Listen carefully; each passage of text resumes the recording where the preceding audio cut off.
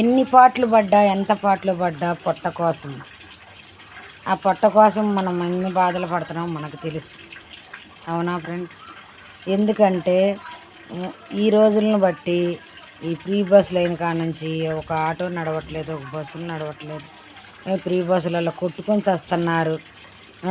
ఒక పని లేదు, ఏమి లేదు. ఈ పొట్టగడటం ఎంత గొప్పతనం అనేది మనకు తెలిసిద్ది.